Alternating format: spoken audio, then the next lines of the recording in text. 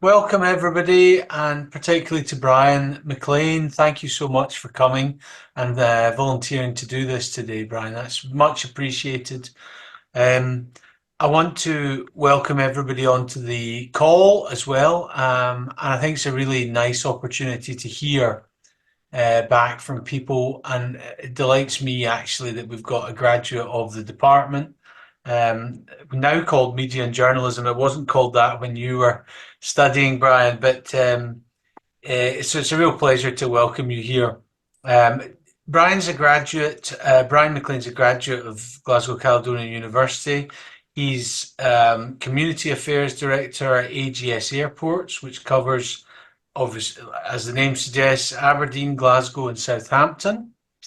Brian's going to share his experience today in aviation and communications, some insights on sustainability and stakeholder engagement, and his passion for delivering positive social and environmental outcomes.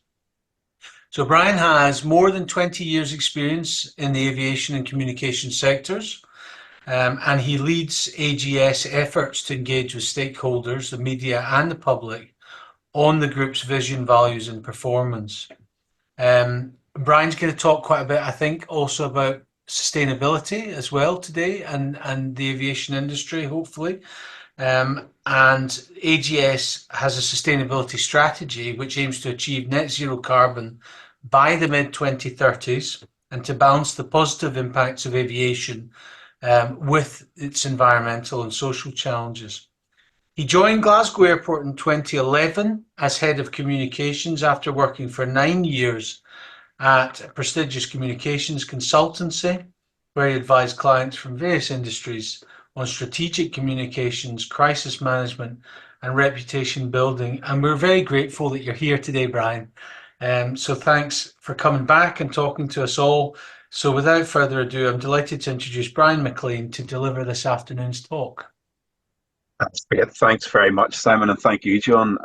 It's a real pleasure to be able to speak to everybody. I must admit, I was really honoured actually when I was approached back in December if I would come on and spend some time just to share a bit of detail about my current role. With Simon said, I'm the Corporate Affairs Director at AGS Airports. I'll touch a bit on what that involves shortly, and also just my journey since graduating from Glasgow Caledonian or Cali. I think when I sat down to start to pull together some notes, it was quite scary when I realised it's almost 30 years since I enrolled at Glasgow Caledonian, and I'm glad I did, because it's brought me to a city which I now call home. And having studied at one of the city's institutions and now working at another. So it's fantastic to be with you all. So if you don't mind, I'm going to just share some slides that'll help frame the discussion.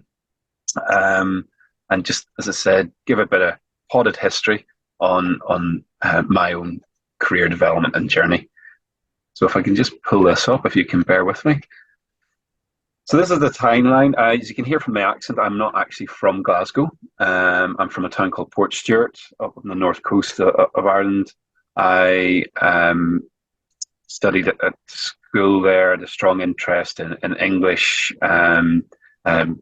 writing skills, etc. So I knew I wanted to try and move into the sort of communications sphere. I wasn't sure what exactly.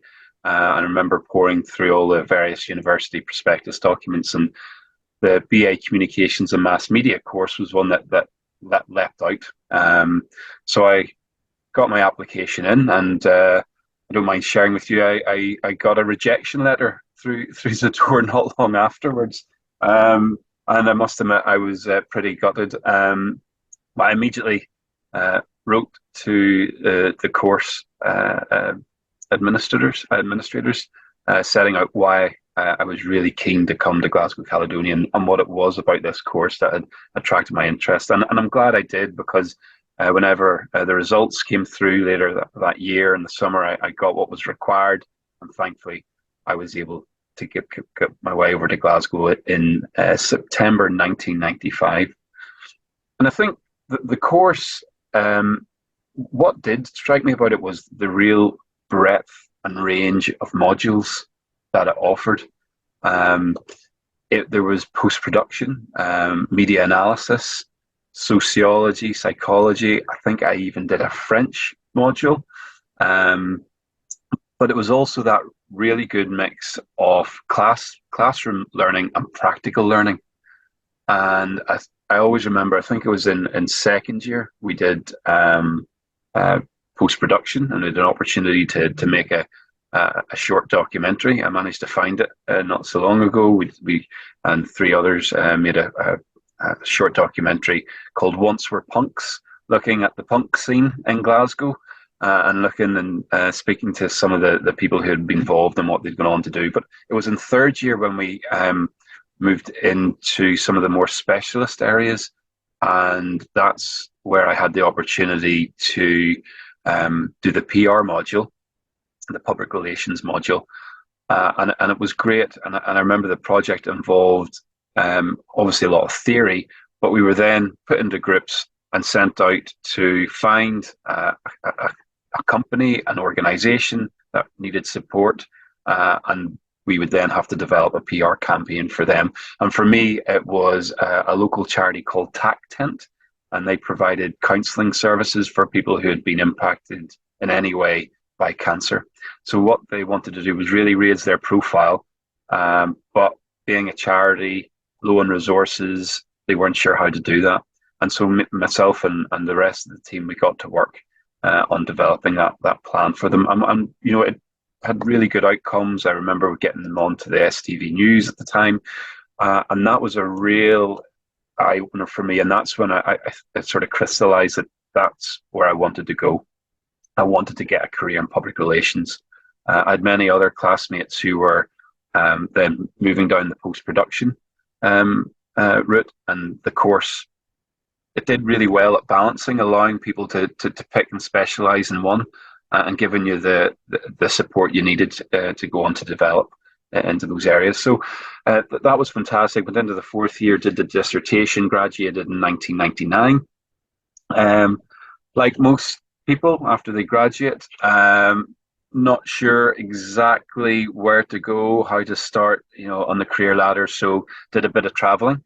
Did that for about 10, 11 months and realized, great, now I need to get back in and start finding my way into the world of work. I went to Dublin for a short period and worked for a telecoms company at the time, was called Aircom, similar to BT, but I was working in a call center. And when I was working in Dublin, I was trying to get into PR agencies. And I found that quite challenging at the time. And I remember it was a phone call with one of the girls who'd been in my course. She had since found a job with a small boutique PR agency in Hamilton called Blueprint Strategic PR. And that had been set up about 5-6 years earlier by somebody who had also done the communications and mass media degree at Glasgow Caledonian. So I got on the flight, headed back to Glasgow, and got my first real job in PR. And that was in 2001. And working for an agency was great because you're working for multiple clients. As I say, it was small, but what that allowed me to do was then move from that company to a bigger one called the Big Partnership. I joined the Big Partnership in 2002 as an account executive. The way the job titles go, you've start at the bottom: account exec, senior account exec, account manager, senior account manager, account director. But I started in there in 2002. There was probably only about 10 people in the company at that point. And I worked my way up to account director up until the point of leaving at 2011, when there was probably at that stage, I think, over 100 people. But working for the Big Partnership, again, agency, working across different clients, multiple sectors, I really then started to get an understanding of what PR was, and moving between corporate comms for specific clients into some more consumer-facing campaigns for some of the more the retail-based companies. But I spent a couple of years while I was at Big working in-house at what was then Scottish Enterprise Glasgow, the city's economic development agency. Really trying to promote the work they were doing to stimulate growth in the economy through their business gateway their business gateway channel that was really supporting young entrepreneurs who were wanting to take a step into business. So I did that for 2 years, working there. I worked for a number of construction and engineering companies as well. I also spent quite a lot of time working for a charity called the Anthony Nolan Trust, which was a leukemia charity. And that was fantastic. You know, the brief was very clear. They wanted to get more people to join the register, the donor register. So that was helping support them with a nationwide campaign, profiling the work they do to support people who are affected by leukemia, and maybe demystifying some of the concerns people had about what it meant and what was involved in being a donor. And we were able, through that campaign, to really see a jump in a number of people joining the register. As I said, 2002, I started 9 years in working for an agency. I had progressed throughout that time. I think that's important. You know, it's one thing to say you work for a company for 9 years, but as long as you're progressing and you're not standing still and you're developing within that company, you know, that's the main thing. But I did start to get some, you know, itchy feet after 9 years, and an opportunity came my way then in the shape of Glasgow Airport to move in-house.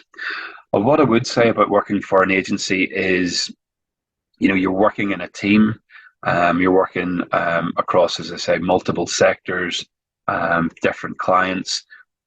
My sense, and it's certainly only my own personal experience, is that you never really actually became an expert in the one field.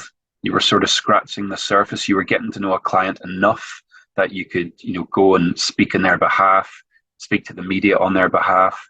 But because you had maybe 10 or 12 accounts, you weren't actually really getting in under the skin. And so when the opportunity came to move to Glasgow Airport, I absolutely jumped at the chance. When I joined in February 2011, Glasgow Airport was part of what was then the BAA group. So BAA, the British Airport Authority, they own multiple airports, Heathrow, Aberdeen, Glasgow, Edinburgh. They owned Gatwick at one stage at Stansted. So the Competition Commission was starting to carve them up, believing there was too much of a monopoly. And when I joined Glasgow Airport, it was a couple of months into the job, and we were told there's potentially going to be a sale process.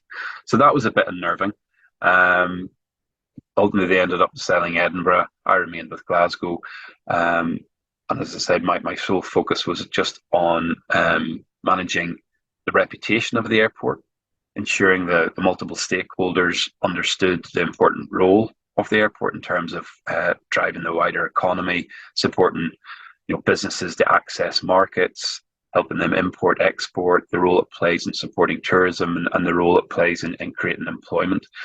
And then at the end of 2014, we were actually sold. Aberdeen, Glasgow and Southampton airports were packaged up and sold by, we'd become part of the Heathrow group then. Aberdeen, Glasgow and Southampton were packaged and sold and created a new group called AGS Airports. And we were bought by two companies who remain our shareholders, Ferrovial, a Spanish company, and a company called Macquarie, an Australian asset management company. And at that point, that's when my role started to change and started to evolve. So from looking after one airport as head of communications and public affairs, I then had responsibility for the three airports. What I should have mentioned as well is that when I joined the airport, I had no real experience of government affairs. And I soon found that was a big part of the role, and it was one that I embraced, but it was something I had to learn on the job. So I picked that up quite quick. AGS was formed, my role broadened out, to cover the three airports, and then my role changed again. A few years later after that, I then became responsible for the sustainability strategy for the group. and that is really setting out how we respond to the climate emergency, how we ensure that we are good neighbours, we're supporting the communities that we serve, and making sure that we had a clear and coherent strategy, that government officials, policymakers, they understood that we're taking the climate emergency serious, we're responding, and we've got a plan in place. And that's led me, I suppose, to where I am today as a corporate affairs director. But if I maybe take a step back to 2011 and when I started at Glasgow Airport, as I said, coming from an agency that really just specialised in public relations, media management, crisis management, I was moving into an in-house role that had multiple stakeholders. So, if you take the airport, you've got the millions of passengers that travel through our doors every year. At Glasgow Airport, we'll hopefully carry about 8.5 million passengers this year. That'll take us almost back to where we were before COVID. In 2017, actually, we were close to 10 million passengers when COVID struck, and I'll go into that a bit more detail. That obviously had a devastating impact, but we're on the road to recovery. But so you've got the passengers, important stakeholder group you need to be able to speak to. The staff, there are 5,000 people that work at Glasgow Airport across over 100 companies. So it is really like a small town. We've got our airline partners as well. We've got over 40 airlines that operate across AGS Airports, and they fly to about 150 destinations. Important stakeholder group for us. We need to be engaging with them consistently. They need to understand, where our aspirations are for route development so that they can in turn match that. We're also having to deal with government at local, regional and national level. We are heavily regulated industry, so there's a lot of government legislation that we need to adhere to. So we need to make sure that we've got clear lines of communication into government and their departments as well. And that goes back to the regulatory piece. The Civil Aviation Authority, they set out the rules around security, which we all have to adhere to, how we look after our passengers. The Department for Transport we have to work closely with, and Transport Scotland as well. And we need to make sure as well that when these departments are setting out policy, aviation policy, that will support growth, we hope, that they reflect the aspirations of our airport. So we need to be engaging with these departments consistently. We also have to engage with tourism bodies, Scottish Tourism Alliance, Visit Scotland, and others. We at our airports play a huge role in attracting bringing actually the tourists into Scotland, and they bring huge benefit to the economy. So we need to be working closely with these tourism bodies.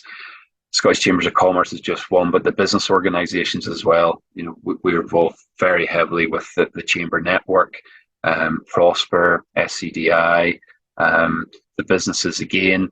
There's a phrase we say, commerce follows connectivity. It's well established that any region with strong links can enjoy increased levels of trade and tourism. So it's in their interests that they support us as we go out to try and secure new routes. And actually, when it comes to route development, when we speak to airlines, we're not talking about the length of our runways or the number of stands that we have. We have to sell the region. We have to tell them why they should place their aircraft in Glasgow over, other competing competitor airports. And that's not just at a Scotland or UK level. We're competing against airports across Europe, and it's very, very competitive, particularly after COVID, when a number of airlines unfortunately did not survive. So we've come through COVID. There's less airlines with less airplanes, but you have the same number of airports. So it is very competitive, and we need to be making really clear, compelling propositions for the airlines to base their aircraft here. And again, that's now become part of my role as well, to support the commercial team in doing that. And then media relations. That really was, I suppose, when I worked at the big partnership, the bread and butter. That's what you had to do. You had to ensure that you could establish good trusting relationships with the media so that you could act faithfully on the behalf of your clients. So as you can see, lots of stakeholders involved. So from a communications point of view, that presents a number of challenges. How do you speak to all these groups at the same time? What messages are you taking to them and when? But there's a couple of groups in here that I think, are really important that I've not touched on. I'd probably like to go into a wee bit more on the media bit. We do, I think, have a good relationship with the media at a Scotland and a UK level. And that's not something that you can do sitting behind the desk. You need to get out, you need to be meeting with the journalists, understand what it is they're looking for, so that you can tailor some of the articles, the stories that will be of interest to their readers. You also have to understand that there'll be multiple times when they will want to speak to us about subjects we're probably not comfortable talking about. Things will go wrong at airports as well.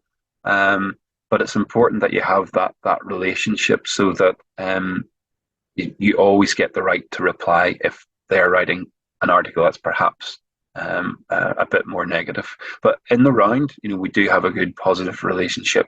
And actually, we were talking before this started about some of the people that have gone on to secure roles within the media, and that quite a number of them have gone through the same course at Calais. I know Callum Baird now at the Herald. The editor, he got a fantastic award last month. So I think we're quite lucky in that regard as well, that there's a lot of people have come through the course and have gone on to secure really prominent roles within Scotland's media. But the one group that's really important to us is our local communities. We need to engage with the communities to ensure that we're viewed as a trusted neighbour. For us, it's all about securing permission to grow. We cannot grow unless we have the support of our local communities. So we have forums where we have to engage with them. We will have airport consultative committees. Those consultative committees, they bring together local councillors, representatives of community groups, transport organisations. So we have regular meetings through those forums to talk about our performance and what we can do to be a better neighbour. We've got community funds. We've got our Glasgow Airport Flight Path Fund. We've got a group up in Aberdeen Airport called the Propeller Fund. They sit independently of the airport with representatives from local authorities. They have independent chairs, but as part of my role, I'm involved in those groups, and we've given over £2 million to about 600 different community groups over the past 10 years. But we need to get beyond just supporting groups financially. We want to be seen as an employer that can give people access to skills development and employment. And we do a number of outreach programs, particularly around STEM, trying to encourage young people to consider a career in aviation, not just the airport, but the wider airspace sector as well. We do a lot of engagement with schools, bringing schools into our airport so they can see what's involved. And I mentioned earlier, there's 5,000 people work at Glasgow Airport alone. That's across check-in staff, security. We have retail, hospitality. We have air traffic control, airfield management, ground handlers. There's just a whole wide variety of jobs out there. And actually, we're doing a big piece of work at the moment, which I'm leading on with an accelerator called the Connected Places Catapult, bringing together the regional colleges to look at how they can change their course provision to ensure that maybe in 8-10 years down the line, we've got people coming out of the colleges with the skills we will need as we transition to zero emission flight. And I'll go into a bit more detail on that. And consultation is really important. So when we're operating an airport, we have to recognise that there's areas of that can have a negative impact on local communities, primarily noise, air quality, the impacts on the environment. And we can't go out and make any changes unless we bring the communities with us. So, for example, in 2018, I had to oversee a major consultation about how we could go around changing the flight paths, so that the motorways in the sky, the routes the aircraft take in and out of Glasgow Airport, they've not changed materially since the 1960s. which means aircraft are flying really inefficient routes, and in doing that, they're burning more carbon.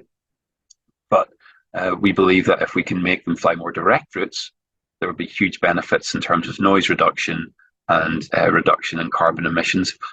That's all well and good, me saying that, but whenever you go into a community or a town hall, all they're interested in was, well, where's this new route going to go? Is this now going to result in more aircraft going over my house? So we had to have a huge consultation exercise in 2018, going into all the local community town halls and speaking to people.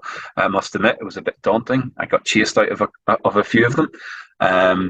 But it's important that we do that from a trust perspective. People realise that we just can't ride roughshod over the will of local communities. We can only make changes unless we've got their endorsement. So again, that's a big part of my role, and something that I really enjoy. Crisis communications as well. I mentioned earlier, things sometimes go awry at airports. You can see that big volcano. I always remember getting the call to say that a volcano had erupted in Iceland, and we're going to have to close the airspace, which just seemed absolutely crazy, bonkers. But it happened. It happened twice. You still have passengers turning up expecting to get onto a plane. People are looking for updates regularly. People want to know when the airspace is going to reopen, and that can be really challenging when you don't know all the answers. So from a comms perspective, it's making sure that you're updating people as frequently as you can, even if you don't have an end result or know when it's coming. You don't want to leave a gap. But that was quite an interesting one. You can see the snow here. We have snow events. Thankfully, not too often. That's a picture from back in 2019 when we had the Beast from the East, or 2018, sorry, Beast from the East, when our airfield closed Wednesday lunchtime and didn't reopen for 48 hours. We had passengers stranded at the airport. Again, huge comms piece involved. The media wanting to know what was happening. So again, you nearly need to sharpen your pencil and just get involved. You can see there's another picture of the bomb disposal team being called out to a suspect package, which resulted in the airport terminal being tipped out. That was, I think that was just last year. So these things can come along when you least expect it, and you have to respond, and you have to have a plan on how you deal with that. We do have a tried and tested crisis comms plan. We have a session every 2 months where we go into our war room, as we call it. We've got a crisis comms room, and we're just throwing a scenario, and all departments of the airport have to come together and work out how we would respond. And that involves multiple agencies as well, police, ambulance, and that just makes sure that they're in top. But it doesn't matter what you plan for, you just have to expect the unexpected. And then just the two pictures at the bottom, you see the aircraft parked up and you'll see an empty terminal. That's COVID. And I think that's an example. That's the biggest challenge we've had to deal with. The aviation industry is pretty adept at dealing with crises. We mentioned the volcanic ash, the introduction of the liquids ban in sort of 2008, and that was introduced practically overnight, where people could no longer bring liquids. That caused major queues at airports. But normally with those sorts of incidents, winter snow events, they last for hours, at most days.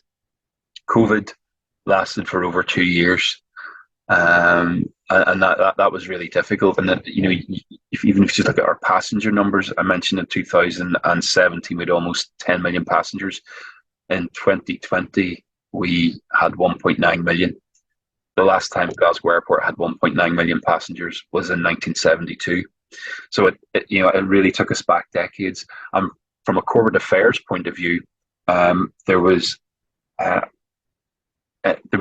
sustained engagement with government. Obviously, aviation was seen as the vector of COVID. That's why we were closed down.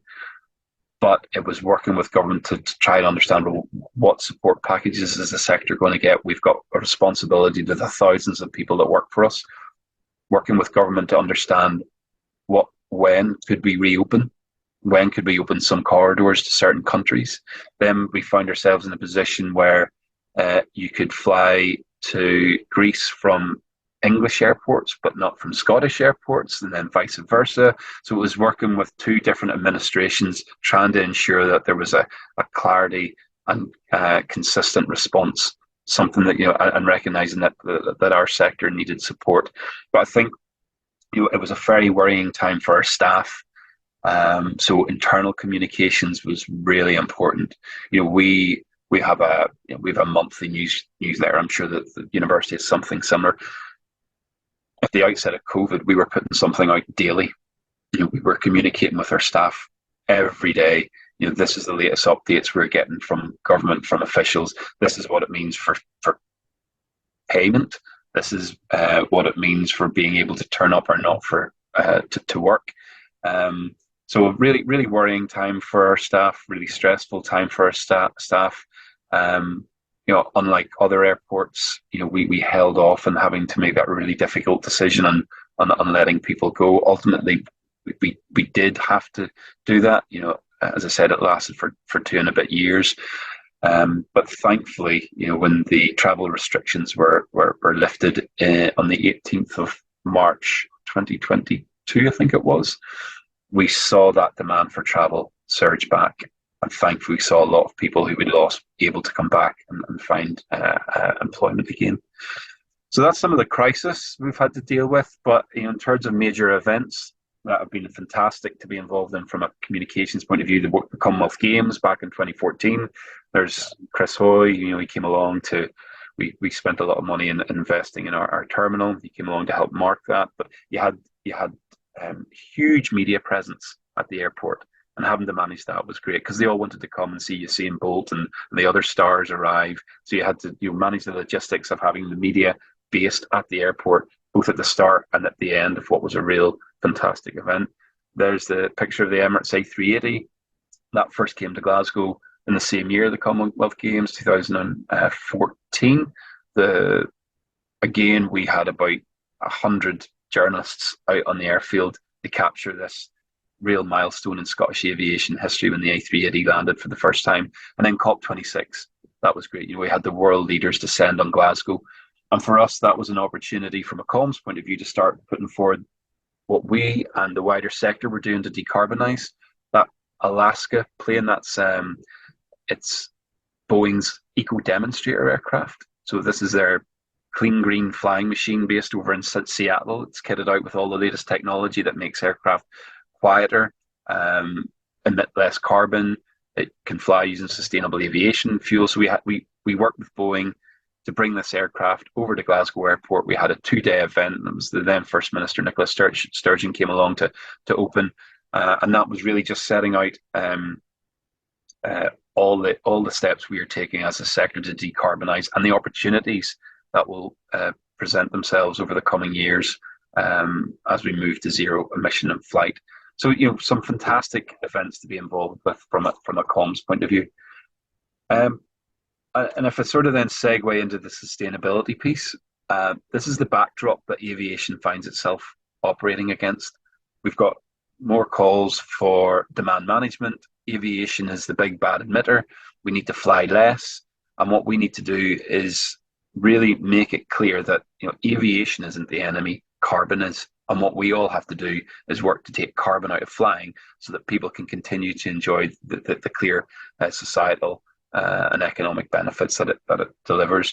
And from my perspective, dealing with politicians, I was going out and speaking to them, asking for certain things, and they were saying, well, you need to get your house in order. I took that back into the business, and they said, well, that's fine, Brian, go and develop a sustainability strategy, which is what I had to do, which is where the change then, I suppose, in direction for me came. And we have to continually communicate what we're doing. Simon mentioned at the start, we've got our own target of net zero by mid-2030s. That means we have to decarbonise our own airports. That's I suppose the boring side of it. If you look at the carbon footprint for our airports, the direct emissions, what we've got direct control over, only accounts for about 5%. That's our heating and hot water systems and our vehicles. We've a plan to do that. We're also working closely with the wider aviation sector to achieve their target of net zero by 2050.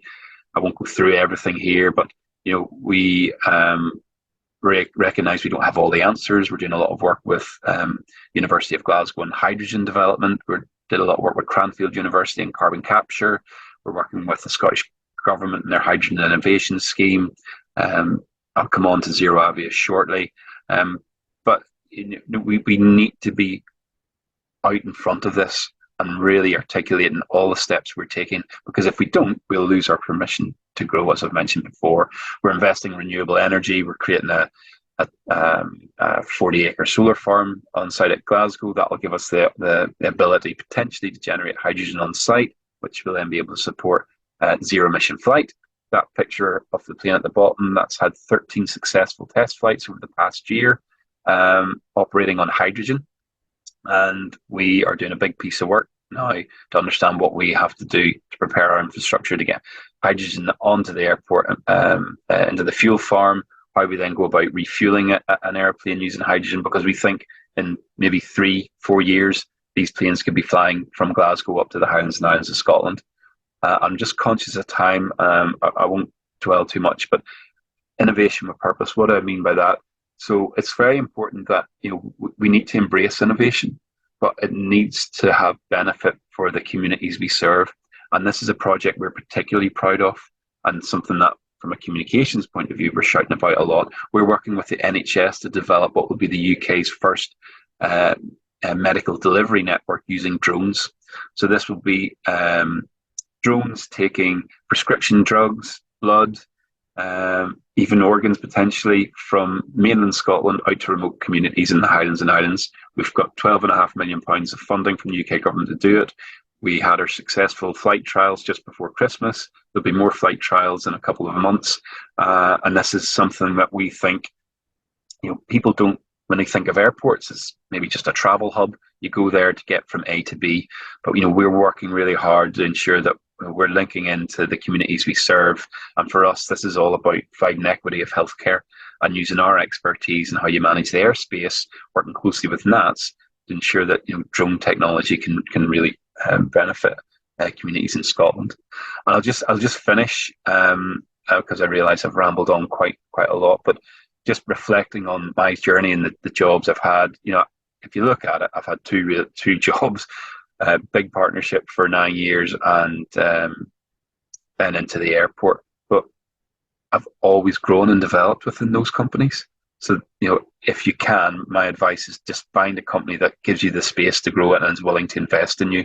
The University of Cambridge Sustainability Leadership course, it was one thing my boss said to me at the time, like, go away, develop a sustainability strategy. Well, look, I don't have the experience there. So they supported me through that course. That gave me the skills to then go ahead and do that piece of work. And that then plays into the next point about moving out your comfort zone. Always try and stretch yourself. Even if you find yourself in a zone where you're like, oh, what am I doing? I'm out in my depth. You don't want to get too far out of your depth, but you don't want to be just sitting comfortably all of the time. I think always trying to stretch yourself and don't allow yourself to be pigeonholed. I think, the course at Cali absolutely opened doors for me. Yeah, it undoubtedly has helped me get to where I am today.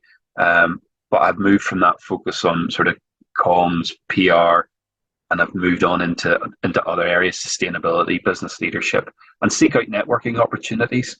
AOA, ACI, Glasgow Chamber, these are groups that I've got involved in. It helps me, learn from others, learn from my peers, and it helps me develop in that way and find a mentor. There's nothing more flattering than asking somebody if they would support you. And I certainly did that when I started the airport. I've given a mention to a gentleman called Denny McGee, who looked after the PR for British Airways. Back in the 80s, he was an editor of many of a newspaper in and around Scotland. And just speaking with him, he really helped me, find my feet and support me. So there's sort of the tips I would maybe like to end on. That's great, Brian. Thanks so much. That was really, really interesting, actually. And if you've got questions, can I ask you to type them into the Q&A or into the chat, and we can bring them forward. We've got some pre-submitted ones as well, which we'll come to in a second. I mean, the thing that really struck me over the last half hour there, Brian, was in how many directions you're facing.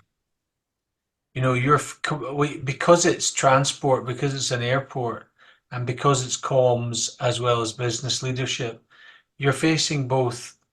Like there's massive internal kind of, actors that you've got to deal with from government all the way across the commercial and the third sector and community level, as well as international actors that you're dealing with, day to day. So I don't know. I'm just curious as to how do you have a different mindset when you turn in those different directions, or do you try and approach them in a similar way? Thanks, Sam. It's a good question. I think what I find quite early on working at the airport is it is a balancing act. You're that tightrope. We're a private business accountable to shareholders, but we're seen to deliver a public service, and that's where you've got to ensure that you're speaking to the right people there. So it's that balancing act. But I think for me, know your argument and know who it is you want to take it to. So know your audience and know what you want. So you won't speak to every stakeholder on every topic. So I'll sit down with my team and we'll say, well, look, what is it we want to achieve this year? So we take, for example, the sustainability message. We're quite clear in the audiences then we need to speak to, and we'll tailor our messages for there. Those messages will be different from the conversations we'll perhaps have with the skills development teams, etc. That'll play into it. There'll certainly be, but I think it is being really clear on the areas you want to engage in and which stakeholders align to each group, Yeah. and that's how we manage it. No, that's really interesting. Anna's put a question in. Thank you, Anna. You talked about GCU being a hands-on practical university. How did this help you get into a career in your chosen field? You've kind of talked about that to a certain degree. She says, how important is it generally for people today looking to get into media comms or PR? I think she means how important, is the hands-on practical skills side of it for people? Yeah, well, personally, I found it hugely. I referenced that project we did, I think, in third year, the PR module, and we had to then go out and find a group that we could work with.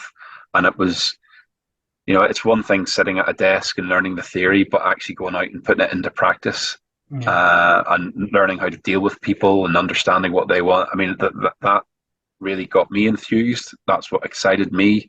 But it was something I was able to, when I went to those first interviews, reference.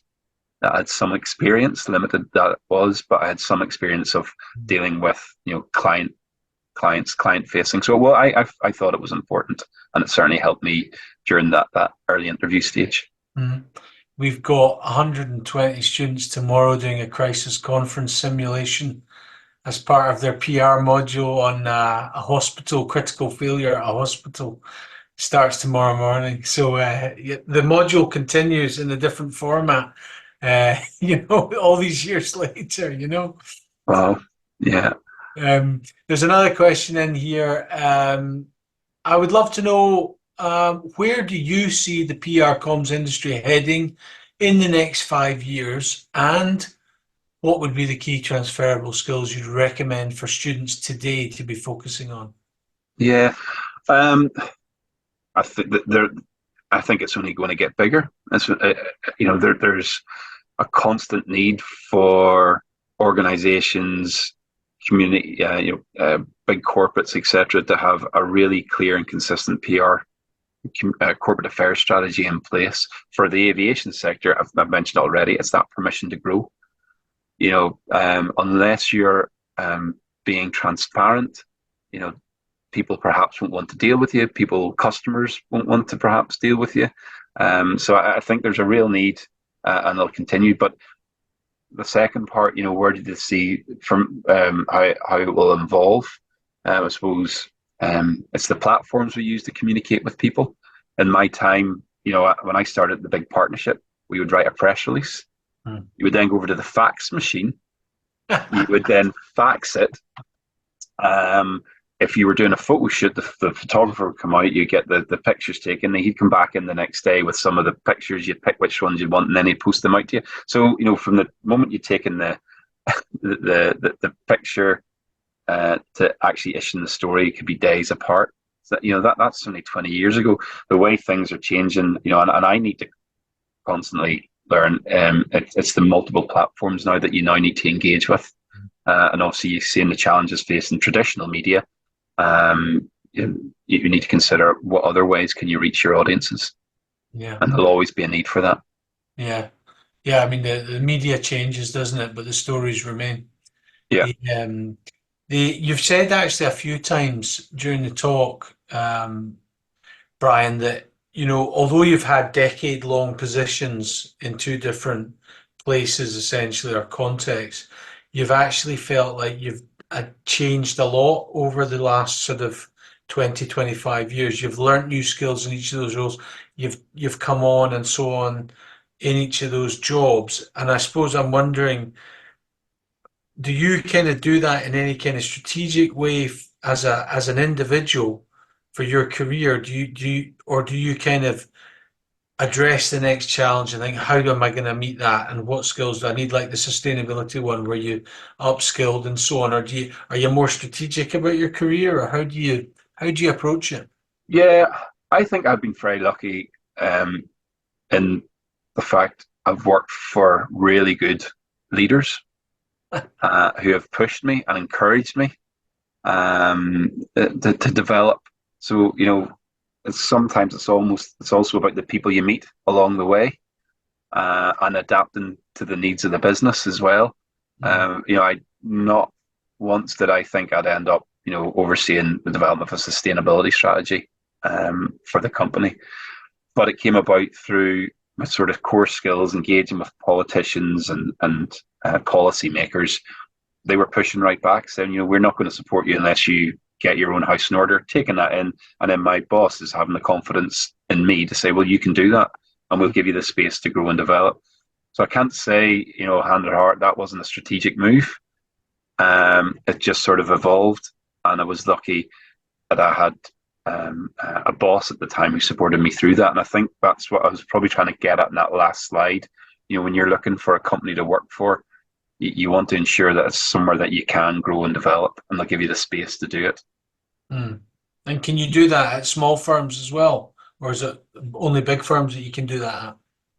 No, I think it's perhaps easier in smaller firms. There's an argument to say you can get lost in the bigger ones. You can become less anonymous. Glasgow Airport, we are a big organisation, but when you actually look at it, I mentioned the 5,000 people that work at the airport, but probably only about 300 work directly for Glasgow Airport Limited or AGS Airports Limited. So we are quite lean. So you have to pick up certain areas, and you become adept at moving into areas that perhaps weren't aligned with your core skills. So I think, and certainly at smaller firms than that, you really need to be stretching yourself. I think it can help in bigger organizations that might have more structured training programs, development programs, but there is that risk that you become lost. And that's why I think it's always important to put yourself forward, put your hand up, and say you want to get involved in new things. I want to maybe upskill in the commercial side of the business so I can understand the discussions there, and always look for networking opportunities as well. That's really useful. We've got one more question just come into the Q&A there, and it seems like a suitable last question, unless there's anybody else got something burning desire. But it's a bit of a classic, I'm afraid, Brian. It's if you could go back in time to your early career and give your younger self one piece of advice. I always wonder why it's one piece of advice, not a whole raft of stuff. Because if it was me, I'd be going back and saying, "Don't do this, don't do that, do this, do that." What would your one piece of advice to the younger Brian be? The one piece of advice to the younger Brian. Oh, I looked at all the questions and thought of answers apart from that. Be more confident, I suppose. Be more confident, and don't be afraid to step forward and put your hand up. People do have an interest in what you want to say, sometimes I think in my early career, I felt perhaps a bit intimidated. I'm too junior to contribute in something, and maybe sat back and maybe was a bit too quiet. Step Yeah, forward, put your hand up, don't be afraid. People will value your input. yeah. I think that's something that I would say to myself. So you're a lot more confident these days than you were when you started out. Yeah, hopefully not in an arrogant way, but certainly more willing to offer up my opinion and offer up my view of the world. Whereas behind, but or perhaps earlier in the career, I would have maybe just been a bit more shy, sat with my hand Yeah, down. But yeah, no, that's a really honest and straightforward answer. That's really useful. Thanks, Brian. yeah, Okay, I think we should probably draw it to a close there, and I want us all to put our hands together virtually and say thanks to Brian. So thank you so much for all of your insights today. I think it's been a really interesting look. I mean, personally, for our students from media and communications and from journalism, it's really good actually to see that there's all these diversity of careers, because often when they come in to the university, they don't realize actually that people move often on so many different directions. And actually, you've been and you're using those core skills still today, years and years later. So that's really encouraging, I think, for the students and also encouraging for those of us that teach them as well. So that's really great. And yeah, I just want to say a big thank you on behalf of Glasgow Caledonian, Brian, for giving your time up today and to bringing all your experience to bear for that talk. So thank you so much. thank you, Simon, and thank you to everyone who was listening. And I'm more than happy if anybody's got any follow-up questions they want to reach out, please do. No problem at all. More than happy to speak to you. And as I say, I can't speak highly enough of Glasgow Caledonian and the course that I did. It's fantastic, and I'm not understating it. It really did set me up for the career I've had since. Great. Some comments coming in there, and we'll leave it there. Thanks, John. That's great.